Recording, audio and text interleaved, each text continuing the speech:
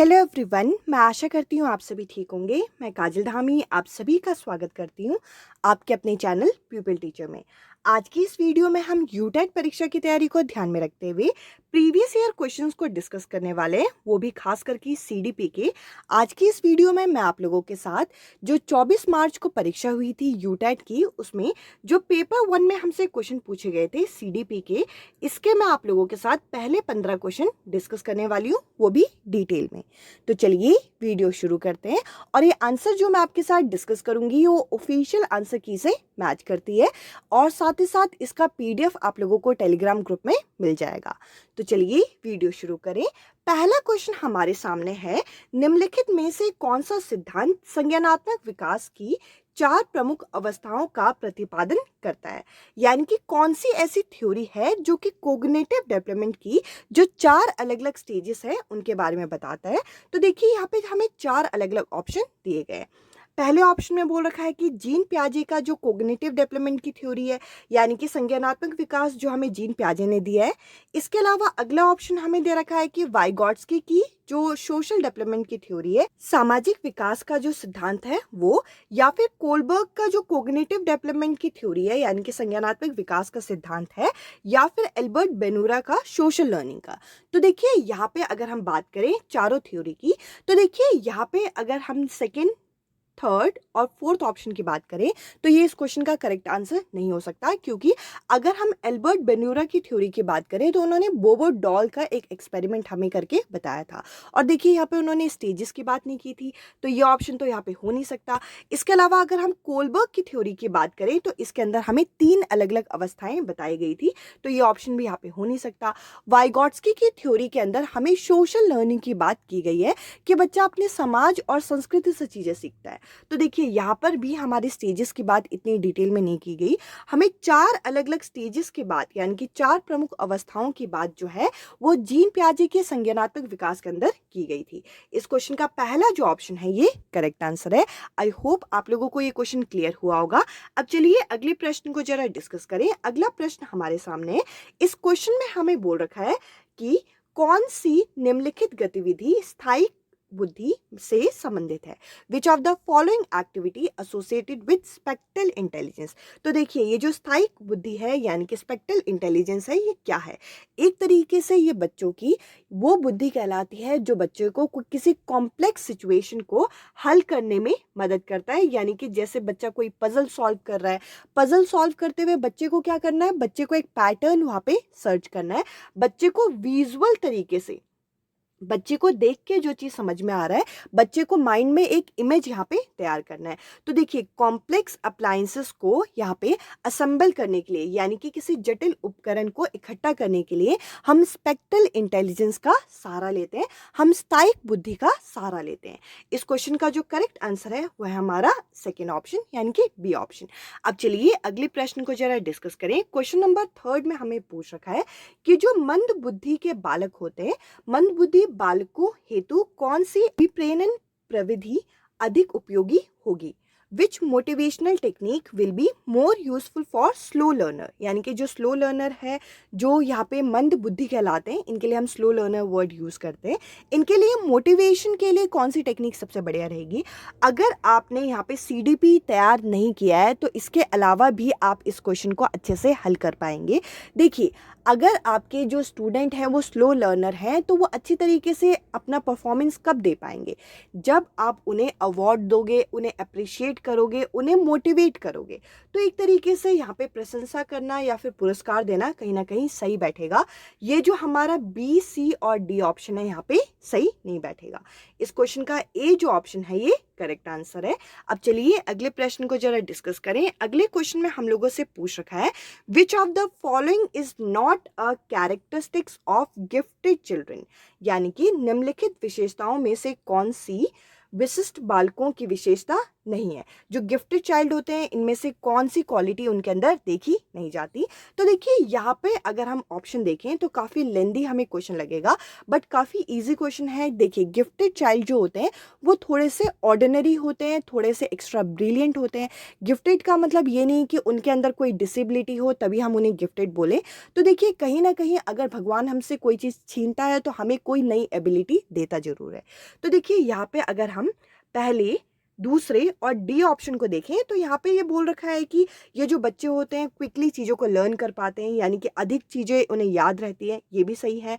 इसके अलावा उनकी जो वोकैबुलरी है, उनकी रीडिंग राइटिंग स्किल इन्हांस हो सकती है, तो ये भी कहीं ना कहीं सही है।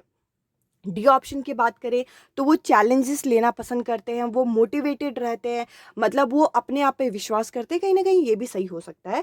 पर अगर हम सी ऑप्शन की बात करें तो सी ऑप्शन की बात में यहाँ पे बोला गया है कि वो अपने आप को हाई अचीवमेंट तक होल्ड नहीं कर पाते।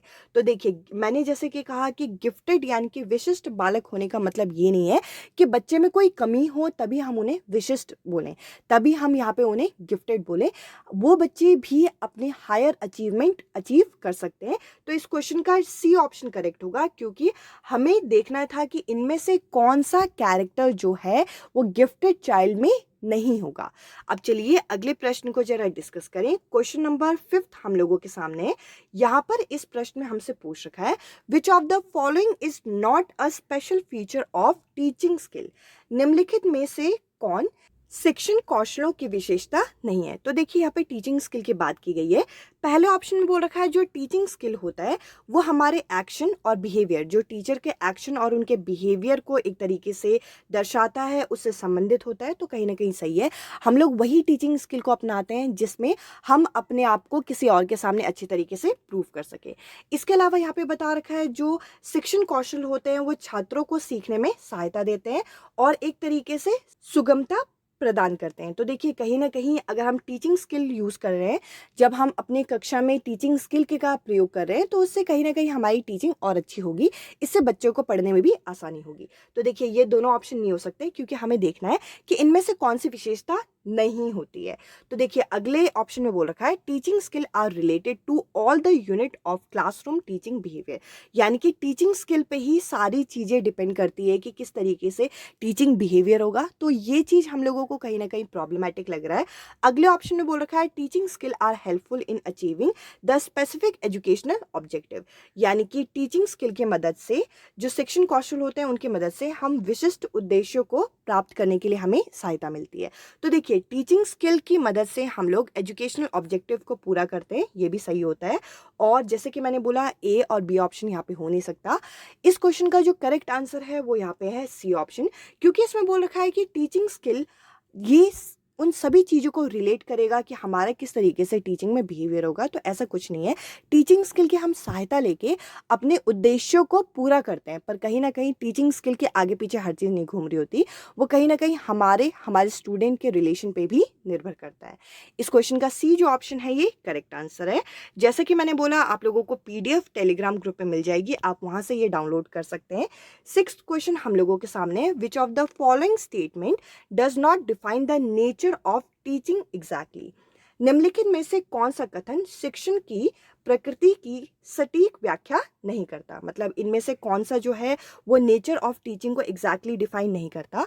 देखिए अगर आप ऑप्शन को देखें तो आपको ऐसे ऑप्शन पेडागोजी में अवॉइड करने हैं या फिर ऐसे ऑप्शन ही क्वेश्चन का आंसर हो सकते हैं। देखिए इसमें मैंने एक भी ऑप्शन नहीं पढ़ा, पर मैं इस क्वेश्चन का करेक्ट आंसर बता सकती हूँ। इस क्वेश्चन में ये बोल रखा था कि इनमें से कौन सा जो कथन है वो हमारी नेचर ऑफ टीचिंग को एग्जैक्टली डिफाइन नहीं करता। इसका करेक्ट आंसर होगा हमारा डी ऑप्शन। क्यों होगा? क्योंकि यहाँ पे टीचिंग को क्या किया गया है, teaching is useful for teachers only, यानी कि जो शिक्षण होता है वो सिर्फ और सिर्फ शिक्षक के लिए जरूरी होता है, ऐसा तो कुछ है नहीं। ये शिक्षक और विद्यार्थी दोनों के लिए जरूरी होता है। ऐसे ऑप्शन जिसमें केवल यानी कि ओनली शब्द का प्रयोग किया जाए वो यहाँ पे नेगेटिव सेंस को दर्शाते हैं, तो ऐसा ऑप्शन तो क्वेश्चन का आंसर हो ही नहीं सकता। बट क्योंकि यहाँ पे नहीं वाले ऑप्शन को टिक करना है तो इस क्वेश्चन का डी जो ऑप्शन है वही इस क्वेश्चन का करेक्ट आंसर होगा। इसके अलावा मैं आप लोगों के लिए CDP की ऐसी एक स्पेशल सीरीज़ लेके आऊँगी जिसमें मैं काफ़ी सारे टॉपिक्स एक साथ कवर करने की कोशिश करूँगी, क्योंकि हमारे पास समय कम है और टॉपिक बहुत ज़्यादा है। तो आप मेरे साथ जुड़े रहिएगा। आगे के क्लासेस में मैं आप लोगों के साथ CDP साथ ही साथ बाकी सब्जेक्ट्स के भी एक स्पेशल वीडियोज़ ऐसे लेके आते रहूँगी। अब चलिए आगे बढ़ते हैं। अगला क्वेश्चन हम लोगों के सामने, विच of the following statement clearly define learning, यानी कि निम्नलिखित में से कौन सा कथन अधिगम की स्पष्ट रूप से परिभाषित करता है, मतलब इसको डिफाइन करता है, हमें ये बताना है। क्वेश्चन नंबर 7 में हमें ये बोल रखा है कि लर्निंग के बारे में। तो देखिए पहला ऑप्शन है learning is both process and product, जिस तरीके से हम प्रक्रिया करेंगे उस तरीके से हमें परिणाम मिलेगा, ये सही है बिल्कुल। अगला है learning is a continuous process, ये एक सतत प्रक्रिया है, ये भी बिल्कुल सही है। अगला है learning is a process of change in behaviour, यानी कि अधिगम से व्यवहार में परिवर्तन आता है, ये एक व्यवहार में परिवर्तन लाने की प्रक्रिया है, ये भी बिल्कुल सही है। इस हिसाब से इस क्वेश्चन का सही आंसर होगा डी ऑप्शन, उपयुक्त सभी, ऑल ऑफ द अबव। इस क्वेश्चन का डी जो ऑप्शन है ये करेक्ट आंसर है। अब चलिए अगले प्रश्न को जरा डिस्कस करें। अगले प्रश्न में हमें पूछ रखा है विच of the following is not a teaching method, निम्नलिखित में से कौन सी शिक्षण विधि नहीं है। तो देखिए यहाँ पे पूछ रखा है कि इनमें से कौन सा टीचिंग मेथड नहीं है। क्वेश्चन आंसर मेथड का प्रयोग हम क्लासरूम में करते हैं। इसके अलावा ब्रेनस्टॉर्मिंग हम शुरुआत में करते हैं ताकि हमें पता चल सके, हमें आइडिया लग सके कि बच्चे को इस टॉपिक के बारे में कितना पहले से पता है। डिस्कवरी मेथड भी हम स्पेशली साइंस हो गया, सोशल साइंस हो गया, जिसमें हम एक्सपेरिमेंट वगैरह कराते हैं, उसमें हम ज़्यादा प्रयोग करते हैं, तो ये भी एक टीचिंग मेथड होता है। इंटरव्यू मेथड जो है ये यहाँ पे टीचिंग मेथड में काउंट नहीं होता। इस क्वेश्चन का बी जो ऑप्शन है ये करेक्ट आंसर होगा। अब चलिए अगले प्रश्न को जरा डिस्कस करें। क्वेश्चन नंबर 9 में हमें पूछ रखा है निम्नलिखित में से शिक्षण के सूत्र कौन से हैं, which of the following are the axioms of learning, यानी कि हम जब टीचिंग कराते हैं, सॉरी एक्सिम्स ऑफ टीचिंग, तो टीचिंग कराते हुए हम कौन कौन से एग्जीम्स को, कौन कौन से सूत्रों का अनुसरण करते हैं। तो देखिए यहाँ पे हमें अलग अलग ऑप्शन यहाँ पे दिए गए हैं और हमें देखना है कि कौन सा सही है। हमें यहाँ पे 4 अलग अलग स्टेटमेंट दे रखी है, 4 अलग अलग कथन दे रखे हैं। तो देखिए एग्जीम्स ऑफ टीचिंग के बारे में बता रखा है कि हम नोन से अननोन की तरफ जाते हैं, यानी कि बच्चे को जो चीज़ पहले से पता होती है, ज्ञात से अज्ञात की और बढ़ते, ये बिल्कुल सही है। अगला है हम कॉन्क्रीट से एब्स्ट्रैक्ट की तरफ जाते हैं, यानी कि हम मूर्त से अमूर्त चीज़ों की तरफ जाते हैं, ये भी बिल्कुल सही है। हम इजी से डिफ़िकल्ट की तरफ जाते हैं, सीधा हम डिफ़िकल्ट चीज़ें करा दे, सीधा हम जटिल चीज़ें करा दे तो बच्चे को वहाँ पे परेशानी होगी सीखने में, तो ये भी सही है। हम होल से पार्ट की तरफ, यानी कि पहले हम चीज़ों को संपूर्ण रूप से सिखाना चाहते हैं और उसके बाद बिल्कुल हम सटीक चीज़ें जो क्लासरूम में सिखाना चाह रहे हैं उसकी तरफ बढ़ते हैं, तो ये भी बिल्कुल सही है। इस हिसाब से ऐसा ऑप्शन जिसमें हमें चारों दे रखे हों वो यहाँ पे सही होगा, यानी कि डी ऑप्शन जो कि है ऑल ऑफ द अबव, उपयुक्त सभी। अब चलिए अगले प्रश्न की तरफ बढ़ते हैं। इस क्वेश्चन का डी जो ऑप्शन है ये करेक्ट आंसर है। अगला क्वेश्चन हम लोगों के सामने है विच of the following factor affect personality, निम्नलिखित में से कौन सा कारक व्यक्तित्व को प्रभावित करता है। तो देखिए यहाँ पे बोल रखा है कि पर्सनालिटी को इनमें से कौन सा अफेक्ट करता है। तो देखते हैं जरा ऑप्शन। पहले ऑप्शन में बोल रखा है कि हमारी जो फिजिकल यानी कि दैहिक या फिर आप कह लीजिए वंशानुक्रमिक जो हमारे कारक होते हैं वो हमें यहाँ पे अफेक्ट करते हैं कि हमारा व्यक्तित्व किस तरीके से होगा, तो ये कहीं ना कहीं सही है। अगला है कि हमारा जो मनोवैज्ञानिक कारक है, साइकोलॉजिकल डिटर्मिनेंट है, वो भी अफेक्ट करता है, तो ये भी सही है। अगला है एनवायरमेंटल डिटर्मिनेंट, यानी कि हम किस वातावरण में बड़े हो रहे हैं, वो भी यहाँ पे सही है कि हमारी पर्सनालिटी को, हमारे व्यक्तित्व को प्रभावित करेगा। लास्ट अगर हम देखें तो हमारे यहाँ पे एक्सपेरिमेंटल डिटर्मिनेंट, देखिए एक्सपेरिमेंटल डिटर्मिनेंट जो होता है वो हमारी पर्सनालिटी को अफेक्ट नहीं करता, वो कहीं ना कहीं इस चीज़ को बताता है कि हमारा एटीट्यूड किस तरीके से जाएगा। तो इस क्वेश्चन का वो ऑप्शन करेक्ट होगा जिसमें हमें पहला, दूसरा और तीसरा दे रखा है, यानी कि बी जो ऑप्शन है ये करेक्ट आंसर है। और जैसे कि मैंने बोला ये सारे के सारे जो आंसर मैं आप लोगों को करा रही हूँ ये बिल्कुल करेक्ट है, ये मैंने ऑफिशियल आंसर की से मैच करके कराए हैं और हर क्वेश्चन का मैं आप लोगों को एक्सप्लेनेशन दे रही हूँ। तो आप बेफिक्र होकर इस वीडियो को देखिए और इस वीडियो से आप समझने की कोशिश कीजिए कि आपको किस लेवल तक ये तैयारी करनी है। अब चलिए अगले प्रश्न को जरा डिस्कस करें। अगला प्रश्न हमारे सामने, the knowledge of educational psychology is necessary for a teacher because, यहाँ पे बोल रखा है कि शिक्षण मनोविज्ञान का ज्ञान एक शिक्षक के लिए आवश्यक है क्योंकि। अब ये जो एजुकेशनल साइकोलॉजी होती है इसका नॉलेज एक टीचर को क्यों होना चाहिए, ताकि वो बच्चों की एजुकेशनल प्रॉब्लम को सक्सेसफुली सॉल्व कर पाए। इस क्वेश्चन का बी जो ऑप्शन है ये करेक्ट आंसर है। बाकी जो ऑप्शन है यहाँ पे उतने करेक्ट नहीं बैठेंगे, क्योंकि यहाँ पे बोल रखा है कि टीचर को खुद को जानने में मदद मिलती है, टीचर को यहाँ पे इवैल्यूएशन यानी कि मूल्यांकन में मदद मिलती है, मूल्यांकन में मदद मिलती है, पर सिर्फ और सिर्फ मूल्यांकन में नहीं, हर तरीके के जो एजुकेशनल प्रॉब्लम बच्चे के सामने आएंगे उन सभी को हल करने में टीचर को मदद मिलेगी। इस क्वेश्चन का बी जो ऑप्शन है ये करेक्ट आंसर है। अब चलिए अगले प्रश्न की तरफ बढ़ते हैं। अगला प्रश्न हमारे सामने अच्छा खासा क्वेश्चन है। यहाँ पे बोल रखा है विच of the following is true for the processes of growth and development, यानी कि वृद्धि और विकास की प्रक्रियाओं के संदर्भ में कौन सी बात सही है। तो देखिए ग्रोथ एंड डेवलपमेंट से संबंधित हमारे क्वेश्चन आते हैं और हमें इसे तैयार भी करना है। तो देखिए यहाँ पे बोल रखा है growth is both are natural process, दोनों के दोनों नेचुरल प्रोसेस नहीं होते हैं। अगला है growth is natural while development need external invention. तो देखिए ग्रोथ जो होता है वो हमारी बॉडी का शारीरिक विकास, ये एक तरीके से नेचुरल है। किसी की हाइट लंबी हो सकती है, किसी की हाइट थोड़ी कम हो सकती है, किसी का वेट अलग अलग हो सकता है, पर डेवलपमेंट जो है वो हमारे बाह्य कारक पे भी निर्भर करता है। इस क्वेश्चन का जो करेक्ट आंसर है वो है हमारा बी ऑप्शन। बाकी यहाँ पे अगर आप ऑप्शन देखें तो सी और डी ऑप्शन यहाँ पे करेक्ट नहीं बैठेंगे, क्योंकि देखिए यहाँ पे बोल रखा है कि डी ऑप्शन में कि दोनों के दोनों एक्सटर्नल फैक्टर पे डिपेंड करते हैं, सिर्फ एक्सटर्नल फैक्टर, तो ये ऑप्शन यहाँ पे गलत है। इसके अलावा यहाँ पे बोल रखा है सी ऑप्शन में कि ग्रोथ अगर अच्छे से हो तो डेवलपमेंट उसको फॉलो करता है, ऐसा नहीं है। अगर ग्रोथ रुक भी जाए तो डेवलपमेंट आगे, विकास आगे होता रहता है। तो देखिए यहाँ पे बी ऑप्शन जो है यहाँ पे करेक्ट आंसर होगा। अब चलिए अगले प्रश्न को जरा डिस्कस करें। अगले क्वेश्चन में ये बोल रखा है in the context of role of heredity and environment in personality development which of the following is true. व्यक्तित्व के विकास में आनुवंशिकता और वातावरण का की क्या भूमिका होती है, ये हमसे पूछा गया है। तो देखिए यहाँ पे role of heredity and environment बोल रखा है। तो देखिए यहाँ पर अगर हम देखें तो हमारी पर्सनालिटी की बात की गई है। तो देखिए पर्सनालिटी जो होगा वो इस चीज़ पे डिपेंड करेगा कि हमारे जो यहाँ पे आनुवंशिक कारक जो हैं वो किस तरीके से, हम लोगों को किस तरीके की सीख मिल रही है, हम उस तरीके से चीज़ें अडेप्ट करेंगे। तो इस क्वेश्चन में जो सी ऑप्शन है यहाँ पे करेक्ट होगा कि यहाँ पे poor environment can suppress good heredity. तो देखिए यहाँ पे बोल रखा है कि अगर हमारा पुअर एनवायरनमेंट होगा तो वो कहीं ना कहीं सप्रेस कर देगा हमारी अच्छी हेरिडिटी को भी। तो देखिए हमारा एनवायरनमेंट भी अच्छा होना चाहिए और हमारे हेरिडिटी यानी कि जो आनुवंशिक कारक होते हैं वो भी सही होने चाहिए। तो जब तक हमें अच्छा एनवायरनमेंट नहीं मिलेगा तब तक हमारी पर्सनालिटी डेवलप नहीं होगी। तो इस क्वेश्चन का सी जो ऑप्शन है ये करेक्ट आंसर है। अब चलिए आज के इस वीडियो में 2 और क्वेश्चन बच गए हैं, वो भी जरा डिस्कस कर लेते हैं। यहाँ पे बोल रखा है who among the following describe the intellectual development as age related development, यानी कि इनमें से किसने जो हमारी इंटेलेक्चुअल डेवलपमेंट होती है यानी कि जो बौद्धिक विकास होती है उसको आयु के साथ जोड़ा है। तो देखिए आयु के साथ यानी कि हमारी एज के साथ हमारी इंटेलेक्चुअल डेवलपमेंट होगी, ये हमें जीन पियाजे ने अपने संज्ञानात्मक विकास के अंदर भी बोला है कि जैसे जैसे बच्चा बड़ा होगा बच्चे के जो इंटेलेक्चुअल डेवलपमेंट होगा वो एज के साथ डिपेंड करता है। इन्होंने 4 अलग अलग स्टेजेस के बारे में बताया और इन्होंने कहा आखिरी स्टेज तक आते आते बच्चे का जो बौद्धिक विकास है वो पूरा का पूरा हो जाता है। इस क्वेश्चन का बी जो ऑप्शन है ये करेक्ट आंसर है।